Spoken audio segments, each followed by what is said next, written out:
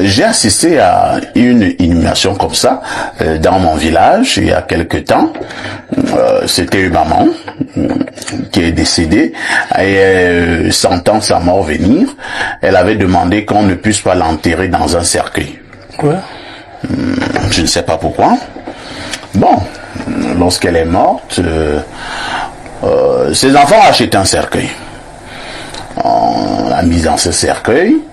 Et ils avaient dit cela au prêtre qui devait venir célébrer la messe de Requiem. Le prêtre a dit, il faut laisser ça, vraiment. Il faut laisser vos histoires-là. C'est quoi cette affaire qu'on n'enterre pas quelqu'un dans un cercueil? On va l'enterrer dans le cercueil, il n'y aura rien. Je vous parle d'une histoire vécue. Blériot, pour aller vite, l'heure fatidique est arrivée, où il fallait donc enfuir le cercueil dans le sol. Au moment où on met le cercueil dans la tombe se rétrécit. La tombe se rétrécit. Comment Djama l'a su? La tombe se rétrécit. Ok. Le prêtre est là. Le prêtre qui avait dit qu'il n'y a rien. Bon, on enlève encore le cercueil, on met de côté. Les enfants prennent encore les pioches et les ici pour agrandir la tombe. Au moment où on veut encore remettre le cercueil, la tombe se rétrécit. C'est toujours petit. Bon. Le prêtre m'envoie m'appeler. Je viens donc, je regarde bien l'affaire là. Je regarde le cercueil, la dame elle est dans le cercueil, je regarde la tombe. Après, je dis bon, élargissez encore la tombe. Les enfants élargissent encore la tombe. Une histoire vécue. On élargit la tombe. Blériot, toi qui as habitué des choses compliquées, je pense même une voiturette pour entrer dans la tombe là. Un moment, on va encore remettre le cercueil dans la tombe. La tombe est toujours petite. Moi, je ne savais pas que la maman l'avait dit ça. Ouais. C'est après qu'un cousin du village me tire à côté. Il dit, parfait, viens. Il dit, il y a quoi? Il vient d'abord. Je viens, il dit, l'affaire que tu vois n'est pas comme tu vois là. Il dit, il y a quoi? Il me raconte dans l'histoire. Je m'en vais dire au prêtre, parce qu'il me dit, on a dit ça au prêtre, mais je dis au prêtre, mais on t'a dit cette affaire, pourquoi tu... Il me dit non, j'ai dit au prêtre, tu vois, il faut partir. Il faut partir. Pour toi-même, il a fini. Il dit aux gens là qu'il faut casser le cercueil là. Blériot, on a cassé le cercueil, et on a enterré la dame à même le sol, et maintenant le bois du cercueil, on a jeté dans la tombe, et tout ça, et c'est comme ça qu'on a fini par inhumer calmement cette maman.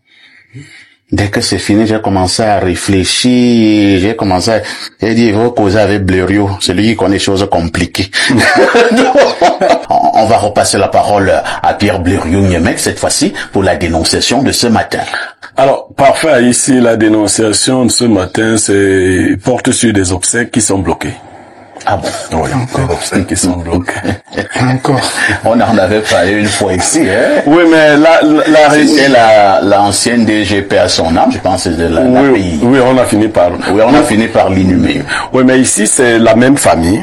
La même famille? Oui, les frères et sœurs. Ah, ok, d'accord. Il se trouve que, l'aîné, qui a par le passé eu beaucoup de moyens, a toujours été celui qui donnait la ligne de conduite, qui dictait les choses. Leur maman est donc décédée il y a 3 mois de cela. Et lui, il vit en Europe. Et ceux qui sont au Cameroun ont mis la maman à la morgue et tout le reste. Sauf que il a donné un premier programme que les gens ont accepté. Et pour d'autres raisons, il a décidé de modifier le programme. De repousser les obsèques. Ses frères ici au Cameroun disent niet. Nous avons déjà prévenu tout notre monde et autres. Vraiment, tu peux garder tes millions. Nous, on va enterrer maman. Ça fait donc un grand blocage. Ils ne sont pas encore allés par devant les tribunaux.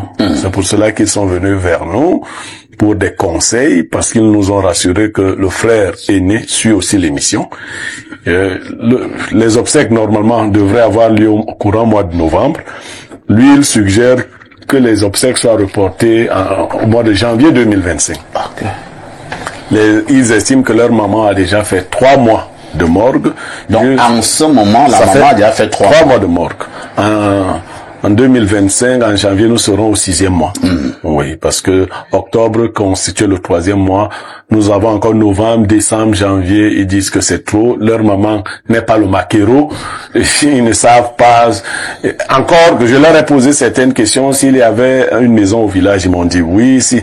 Bon, mais comme il est le grand financier, souvent, cette fois-ci, on lui a opposé une fin de non-recevoir. Ils nous ont donc posé le problème et je vous le pose ici. Ce sont ses frères qui sont au Cameroun, qui sont venus voir. Oui. Sa sœur et son frère, représentant le collectif des autres, ils sont 6 frères au total. Donc 5 sont déterminés que leur maman soit enterrée au mois de novembre. Comme bon, le monsieur entre guillemets, le grand financier de la famille, qui est en Europe, lui, est-ce qu'il a donné la raison pour laquelle il repousse l'inhumation de leur maman en janvier? Il a dit que son programme et d'autres aspects de sa propre vie ne lui permettent pas d'organiser ses obsèques en novembre. C'est un peu compliqué, hein. Lazare Zambo, est-ce que à un moment donné, ce qui dérange parfois dans nos familles, c'est le manque d'humilité? Il peut arriver que celui qui est en Europe à l'heure actuelle ait un certain nombre de soucis, peut-être que sur le plan financier, ce n'est pas trop ça. Peut-être par rapport à ses programmes financiers là-bas en Europe, c'est dit que il aura de l'argent peut-être en fin décembre. Entre-temps, ses frères qui sont ici au Cameroun peuvent donner un coup de pouce pourvu qu'on puisse enterrer la vieille. Parfois ici, moi j'ai écouté Blériot tout à l'heure. Bon, je crois que les Camerounais doivent arrêter d'être ingrats. Parce que quand vous voyez des situations comme celle-là, est-ce que vous avez un frère en Europe qui nourrit tout le monde, qui vous donne tout? C'est lui qui s'occupait même de votre maman, c'est lui qui s'est occupé d'elle à l'hôpital et tout ça. Maintenant, sûrement, avec peut-être des exigences professionnelles et tout, et lui, il est loin, il vit ses deuils autrement que vous qui étiez là à côté de la maman. Il veut à tout prix être là au moment où on va mettre sa maman au sol. Il faut être moins ingrat parce que parfois ceux qui sont ici, c'est parce qu'ils ont maintenant d'autres intérêts avec l'industrie des obsèques. Ils sont pressés et ils ont les fêtes de fin d'année qui arrivent. C'est comme ça que je vois cette affaire. Oui, c'est comme ça que je vois cette affaire. Il y a les Bikouan, les marchés, les associations qui doivent aider les gens. Alors, on ne fait qu'attendre, renvoyer. Il y a les fêtes de fin d'année. Il y a ceux qui veulent, ils se disent que tant que maman a la morgue, il ne sera pas facile pour nous, n'est-ce pas, de célébrer ces fêtes de fin d'année. C'est comme ça que les gars veulent à tout prix enterrer leur mère avant décembre, avant les fêtes de fin d'année. Mais, pour ceux qui ont voyagé, vous ne pouvez pas imaginer quelqu'un qui a des milliers de kilomètres, ce qu'il peut vivre en pareille situation. Quand il perd sa maman, pour lui c'est important. Il peut faire le deuil après, mais pour lui il est important. Les derniers jours de sa mère, il n'a pas pu la voir. Vous l'avez vu. Laissez-le aussi venir voir moi le corps pour la dernière fois. On ne sait même pas en quelle année il est parti en Europe. Depuis combien d'années il n'a pas vu sa mère. Donc, que ceux qui sont aussi au pays se montrent un peu indulgents. Parce que vous voyez, après le deuil comme ça, il y aura des casses. Ouais. Parce que après l'enterrement, certains vivaient dans sa main. Il va couper, il va tout couper. Mais là, c'est comme ça que ça se passe avec ceux qui sont de l'autre côté. C'est comme ça que ça se passe. Donc je dis, parfois il faut faire attention. Parfois quand il y a les deuils, il y a beaucoup de manipulations. Il y a des oncles qui viennent vous parler, des oncles que vous ne voyez même pas très souvent. Mais je dis à celui-là, nous les oncles, parce qu'il a Europe, il est devenu qui donc voilà, on se met à vous monter, mais je voudrais dire à ces petits frères et petites sœurs que faites attention, le deuil va finir, vous ne verrez plus ce monde. Votre frère qui est en Europe là, franchement, il faut le garder. Toutes les familles aujourd'hui ont au moins quelqu'un en Europe. On sait ce qu'ils font, ceux qui sont en Europe pour les familles. Donc, ne cassez pas ces liens avec votre frère qui est en Europe. Ne cassez pas ces liens. Parce qu'il y a après obsèque il y a encore la vie derrière. Voilà. Donc c'est le conseil que je leur donne. Merci Lazare Zambo. Voilà. D'accord. Blériot, que faisons-nous en pareille circonstance? J'avoue que sur ce plateau, par rapport à ce problème, nous sommes en train de chercher un terrain d'entente, sans trop de casse. Je vous passe la parole, Blériot. Alors, je dois vous avouer que M. Lazare Zambo a percé un côté de l'abcès. Ouais. Monsieur Teddy n'a pas veillé, lui il avait son agenda, il n'a pas beaucoup veillé à la dénonciation. Je vous ai dit au départ que c'est ce monsieur qui faisait tout dans la famille. Et monsieur Lazare Zambo a évolué là-bas pour dire ne soyons pas ingrats. Moi, j'ai voulu d'abord laisser la neutralité. Vous savez, si ces gens qui sont au Cameroun n'avaient pas quelques moyens aujourd'hui, il n'y aurait pas contestation de la date, hein. C'est vrai. Alors, en général, quelqu'un vous encadre, il vous encadre, pour que vous deveniez aussi des hommes. Tout à fait. Mais vous ne devenez pas les hommes pour combattre. Pour le combattre. Pour le frustrer. Parce qu'aujourd'hui, les débats qu'il y a, c'est que les uns et les autres veulent montrer en fait que c'est nous aussi. Tu as fait ceci pour maman, tu as fait pour nous, mais nous sommes arrivés aussi. Donc, chez l'humain, l'ingratitude est inscrite dans nos gènes. Aussitôt que l'acte est passé, l'oubli s'installe. Moi, c'est pas le temps. 3 mois, c'est déjà même beaucoup. Mais donc, si elle est maquereau, elle est devenue maquereau depuis 3 mois déjà. Qu'est-ce qui motive ceux qui sont ici à vouloir à tout prix enterrer? Il est arrivé qu'on reporte le deuil, ceux qui sont vos amis et autres comprendront.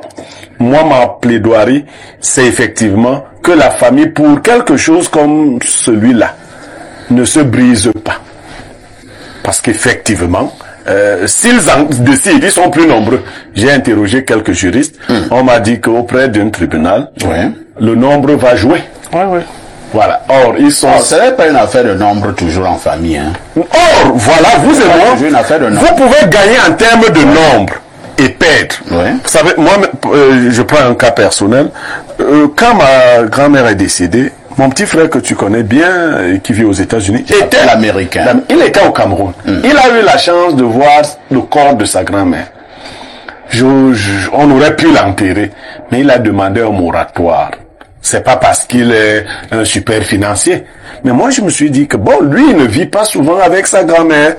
Et il était très attaché. On a accepté son moratoire. Il est parti et il est revenu pour assister. On fait ce genre de concession et ce n'est pas parce qu'aujourd'hui aussi, voyez-vous, lors des deux, chacun veut montrer sa puissance. Montrer à ses amis ce que lui-même est devenu. La collation. Voilà. Donc il y a même, désormais, on a plusieurs collations. En fonction des maisons. Les gens viennent chez Ndjama, on voit ce qu'il y a chez Ndjama. Il y a aussi la collation chez Teddy, on voit avec ses amis. Et il y a la collation chez Lazare Zambo. Bon, voilà. Et les familles ne font plus fusion. Vous voyez, le deuil est disparate. Là-bas, on mange du caviar. Ici, on mange les lolos. Non. Je crois que c'est la même maman que vous voulez enterrer. Essayez de vous rappeler votre fraternité d'antan avant que les compétitions matérielles n'entrent en jeu. Et pourquoi pas? Je vais sortir en disant, vous avez quand même vu dans un homme très connu qui est Lazare Zambo est très proche, qui lui a fait 12 mois avec le corps de son père. Là-bas, bon, il n'y avait pas de contestation. Moi, je ne connais pas cet homme. Hein. C'est Lazare Zambo qui le connaît. Mais je crois que la famille là-bas s'est montrée très sage. Non, voilà, la famille là-bas s'est montrée très sage. Lazare Zambo prend cette sagesse parce que les petits frères se sont dit, après le deuil, il y a encore la vie. Il y a encore la vie. Voilà.